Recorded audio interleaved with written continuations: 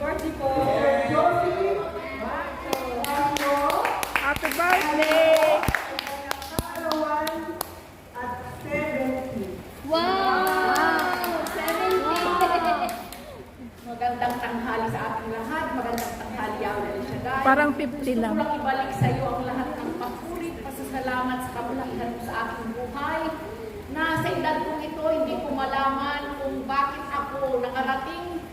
Dahil hindi ako karapat-dapat, Lord, na biyayaan mo ng higit sa sapat. Pero ikaw ang Diyos na tunay na tapat. Wala kang tinatangi, Lord. Kaya sa araw na ito, 70 ako. Wow! Namatay ang mga magulang ko, 7 years old lang ako, Panginoon. Hindi madali, pero pinatunayan mo na walang mahirap sa iyo. Amen!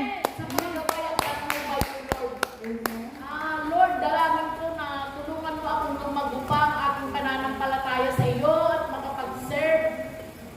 Salamat sa mga tao, Lord, na ibinigay mo sa akin na nagmahal ng tunay. Aside from my family na wala sila dito sa tabi ko, may mga anak ka, Lord, na inilapit sa akin. Ang grupo ko sa Miyerkules at ang Saturday group, salamat sa pagtanggap ng mga anak sa akin.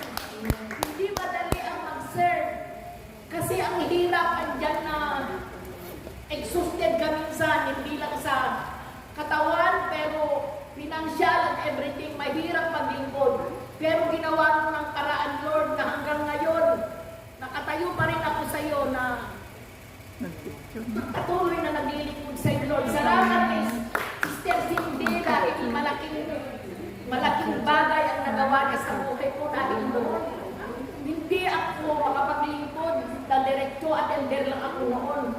Pero sa nakita kong pananampalataya nilang mag-asawa, ang laking bagay ang naitulong sa akin. Dahil sa ngayon, okay na sana siyang tumira sa Pilipinas na i-enjoy ang buhay niya, pero nangako na maglingkod siya na kahit ugod-ugod na siya sa paglakad, andito pa rin siya sa iyong ubasan, Lord. Kaya maraming salamat, Panginoon, sa mga payo niya, tulong niya sa aking buhay, Panginoon. Maraming salamat sa lahat ng mga tumulong sa akin na yung nag-akay sa akin, although wala na siya sa gawain. Maraming salamat, Panginoon, sa buhay niya. Maraming salamat. Hindi ko man maisa-isa kayong pasalamatan, pero alam niyo sa inyong mga puso kung sino kayong nagmamalat sa akin. Thank you, Lord. Amen. Pagsampa sa iyong dakilang pangalan. God be the glory. Amen. Ang susunod po na magkakaya ng kaputihan ng Diyos ay ang ating kapatid, Sister Flor David.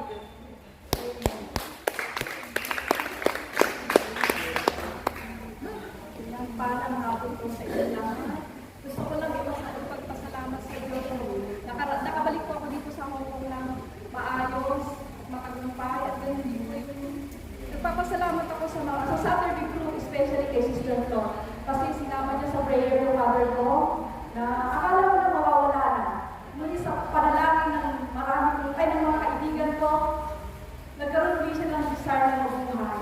Kasi nung dumating ako sa Pilipinas, akala ko mawawala na talaga siya. Kaya lang, biglang nagsabi siya sa akin na gusto niya magpa-doktor. Kaya yun ang simula ngayon, sa awat habang ng Diyos, pumayag siya magpa-dialysis, nakakalakad na siya, nakakakain na siya. Amen. So, salamat sa Diyos dahil financially, natugunan ko yung pakakailangan ng aking ina. Kaya maraming salamat sa mga prayer. Tunay na mapagmakapanirihan ng collective prayers. Kaya maraming salamat sa mga kaibigan kong sinama ang mama ko sa panalangin. Kaya, to God be the glory. Thank you, Lord. Thank you. Amen. All the time. Amen. Sino po susunod? Tatabi mo. Tatabi mo. Afternoon sa ating lahat. Happy Valentine's Day. Happy Valentine's Day. Salamat po. Muli, nandito po ako. Maybe ito na last Saturday kung kapatid. I'm going to look forward na awan ni Lord naman. Alam ko na although hindi ko nakapos dahil hindi pa mayroon pang inasikaso si Lord. Nawa na soon, Amen. Panginoon, ang ating pinamahagi sa iyo. Salamat sa pag-iikap po din. Salamat sa iyo mga prayers na ating mga prayer partner. At lahat nito for 26 years here in Hong Kong. Salamat po. Panginoon, sa community namin sa tayo mo. Naranasan ko yung pag-latters, naranasan ko magiging letters minutes. Sa 26 years, sa 5 araw, lahat po, lahat ng pagsubok naranasan. Salamat, Ama. Salamat, Lord Jesus. Pagpapagayan ko lahat nito. In Jesus' name, I pray. Amen. Happy birthday!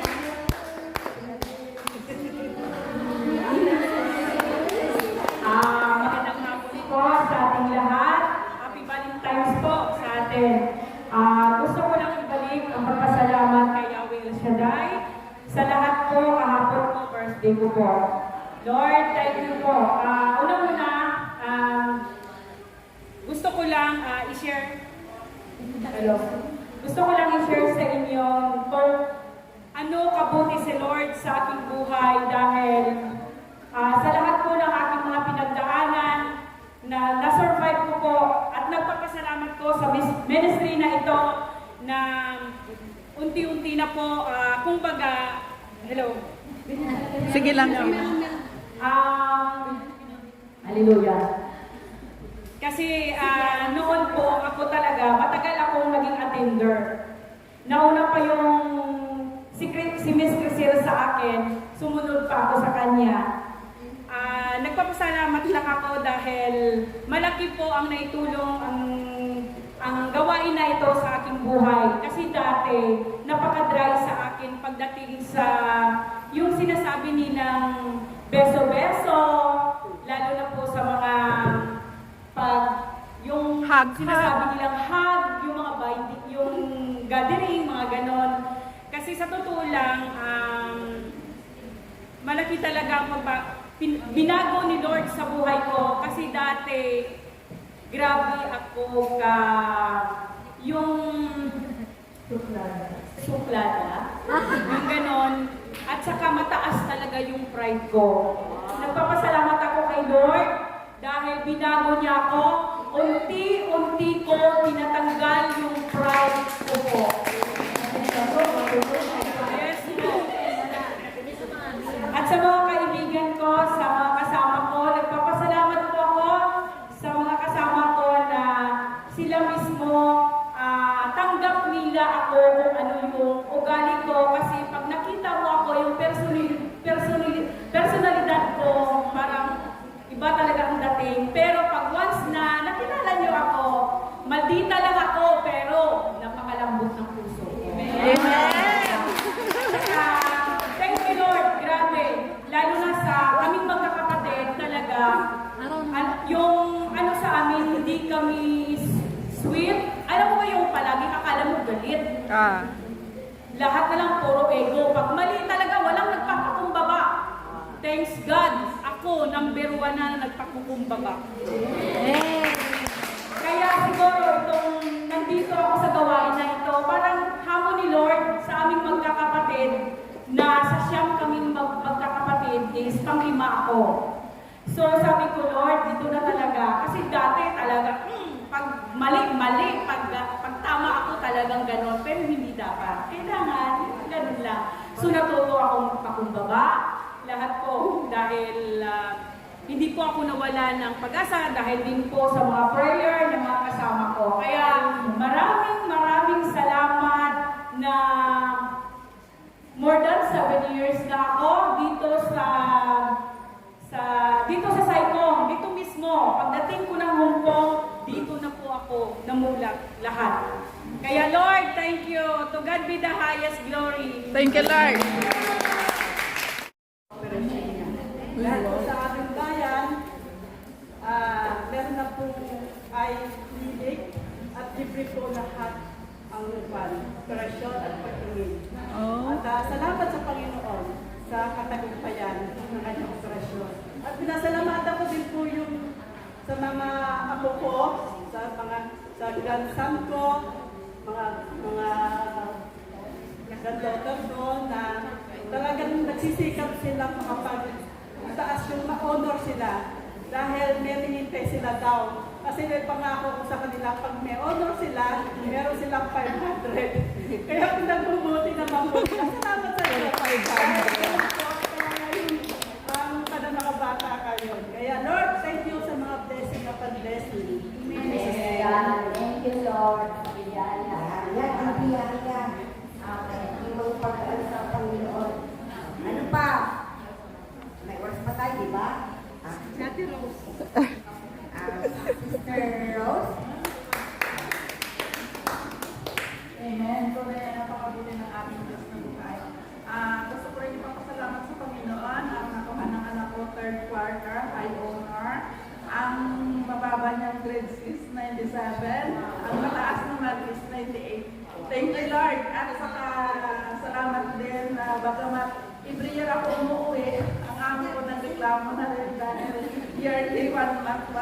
Sabi ni amo kung pwedeng bawakan ko daw. At least thank you, Lord. Binigyan ako ng post ng 3 weeks ngayong March. Salamat sa Panginoon.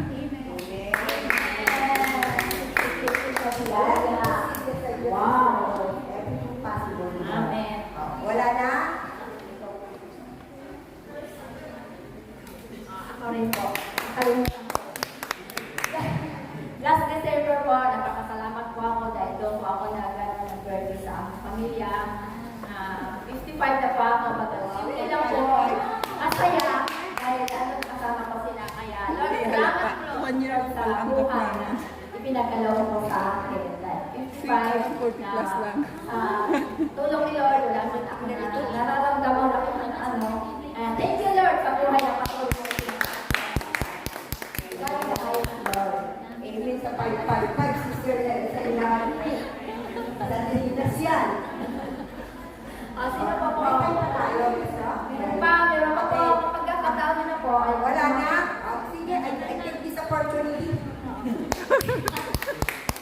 Lahat sila puro blessing ang mga anak. Pero ako naman, ipagpatutuo ko lang, kalusugan ko. Amen. Okay, last October, I have a general check-up for a blood test and I got result last January. And at the same time, I have PCP. Praise the Lord, everything is okay. Amen. On the age of this one, 46, 64. is still fit to work. Salamat sa Diyos, and at the same time, I pray na by next week, anytime I will go to Beijing, and I know I believe that God guide me, and He is my light kasi they let me only to be alone to go in Beijing. I pray for victory. Thank you, Lord. Sama mo kami. Thank you, Holy Spirit. Amen. God is with you